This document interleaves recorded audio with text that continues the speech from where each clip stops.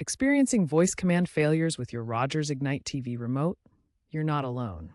Many users face issues with mic pairing and permissions on their Xfinity XR remotes. First, ensure your remote is within 10 feet of the Ignite TV box and that there are fresh AA batteries installed. Interference from Wi-Fi routers can also cause problems, so try moving the devices further apart. To pair the mic, press and hold the voice button for 5 seconds until the light flashes. Then follow the on-screen prompts in the Ignite app.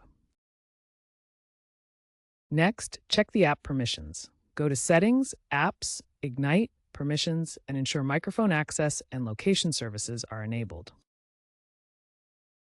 Parental controls can also block voice if set too restrictively, so double-check those settings as well. Remember, the remote uses Bluetooth to pair with the Ignite TV box and relies on Rogers Cloud Services via Nuance AI for voice processing, so a stable internet connection of at least 25 Mbps is crucial. If pairing and permissions aren't the issue, try a factory reset of your Rogers Xfinity remote.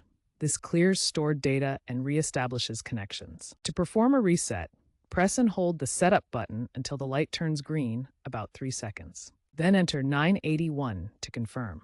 This resets pairing and permissions, requiring you to repair the remote afterwards. Before resetting, note that according to Rogers support data, 25% of voice complaints involve pairing failures, 40% permissions, and 35% general resets, so this step is often effective. In the future, Rogers plans to transition to fully cloud-based remotes with AI-enhanced voice and better accent recognition for Canadian users, reducing reliance on physical remotes. While voice reliability is expected to improve, users should prepare for mandatory firmware updates to avoid obsolescence. If problems persist after trying these fixes, contact Rogers support for further assistance.